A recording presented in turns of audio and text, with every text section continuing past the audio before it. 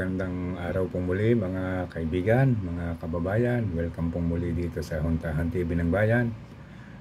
Panoorin po natin itong ginawa ni Senator Raffy Tulfo sa ating kawawang sundalo, kung paano niya pinahiya at pinagsabihan ng hindi maganda. Panoorin po natin. Sir, PFC, PFC, naintindihan niyo pa yung ibig sabihin ng psychological at emotional stress? Opo, sir. Ang resulta niyan is kapag yan po ikinaso sa inyo dahil doon sa dinaranas ng D-Day na kagagawan mo, pwede ka makulong, sir. At sisiguraduhin namin makulong ka, pero dapat tanggalin ka muna namin sa servisyo. Alam mo, sir, ito ang muna magsalita, makinig ka. Duwag ka, sir.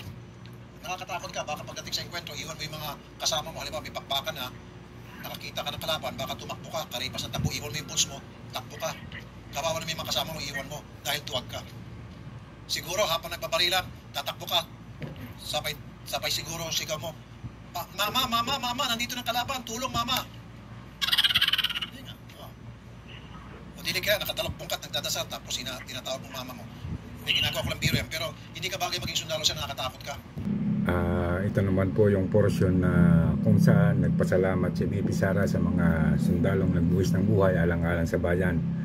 At nakasama po rito ang sundalong minaltrato at pinagsalitaan ng masama ni Sir Raffy Tulfo at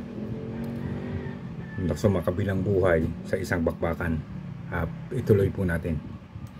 Sama-sama nating itaguyod ang Pilipinas tungo sa isang kinabukasang mapayapa, makatarungan at matatag. Mabuhay ang mga bayaning Pilipino. Kasabay ng pagdiriwang ng Araw ng Kagitingan, tila hindi naman pinapatahimik si Senator Raffy Tulfo ng kaluluwa ni PFC Canlog dahil sa pang-iinsulto nito at pagtawag na duwag sa isa sa mga makabagong bayani ng bansa. Ang mga Facebook page na sumusuporta sa AFP ay nagbigay ng kanilang mga pagpapaalala sa ginawang panghahamak ni Tulfo kay Canlog. Ayon nga sa hukbo.com ay, "No soldier deserves to be called a coward. No soldier deserves to be told that he is not worthy of being a soldier just because he has made decisions for his personal life that are his own. No soldier deserves to be humiliated and shamed nationwide and on social media just because someone decided he knows the full narrative. We encourage everyone to share this post until it reaches Mr. Raffy Tulfo." At ito naman po ang naging komento ni Attorney Trixie Angeles. Panoorin po natin. Marahil binabanggit nila ito at hindi po yata aksidente na lumalabas ito matapos ang isang survey na halos magkapantay daw sila ni Inday Sara kung sakaling tatakbo sila ngayon bilang Pangulo ng Bayan ng bansa. Kumbaga, ito ay both a warning at isang call out. Kino-call out po nila si Senator Raffy Tulfo at ipinapahayag lahat sa atin, sa taong bayan, kung ano ang pagkatao din ni Senator Raffy. Matagal na po natin alam ito at matagal na po natin nakikita na may humiliation sa mga respondents sa mga tinatawag dito ni Sir Raffy. Hindi po kami sang-ayon sa ganitong klaseng pagpapahayag. Hindi rin po kami sang-ayon, pero nakikita naman po natin na base dun sa mga listahan ng kaso ni Sir Raffy, ay nakakasuhan din po siya sa mga gawain niyang ganito na sumusobra po sa lumalampas po sa mga boundaries na sineset ng ating batas. So, ayan po ang naging pahayag ni Attorney Trixie Angeles. Sa atin pong pananaw, yung ginagawa ni Sir Raffy Tulfo, kahit po naman itanggi natin o hindi natin sabihin, nakakatulong talaga dun sa mga taong naargabyado, nabibigyan ng ika ng hustisya, nabibigyan ng pagkakataong ipagtanggol ang sarili. Pero sa napakaraming pagkakataon, napakarami ng tao ring nasasagasaan niya at napapagsabihan ng maganda.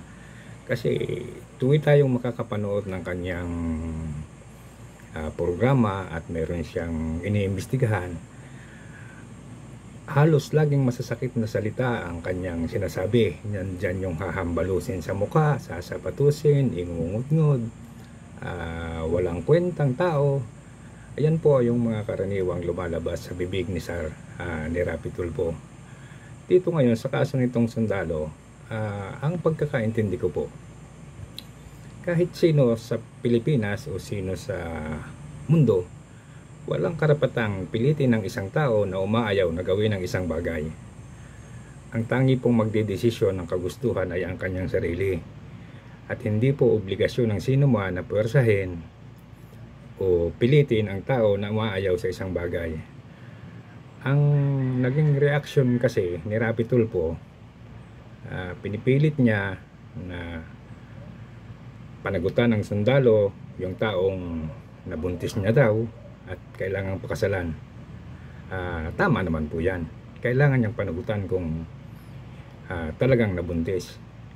Pero hindi na niya dapat pinapahiya at pinagsasabihan ng masasama. Ang nangyayari tuloy, imbis na makaganda at maging maayos, nagiging mas malaking problema. O kagaya ng sa sundalo na to, paano niya ngayon ipapaliwanag sa sundalo na ginagawa niya lang ang tama, sumakabilang buhay na.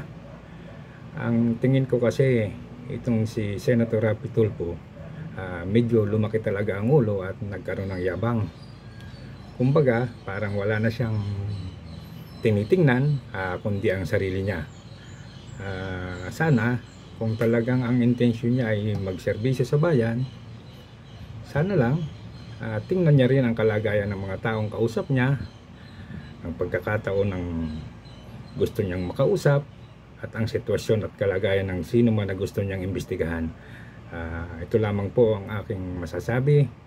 Maraming salamat pong muli at paki-like and subscribe na lang po.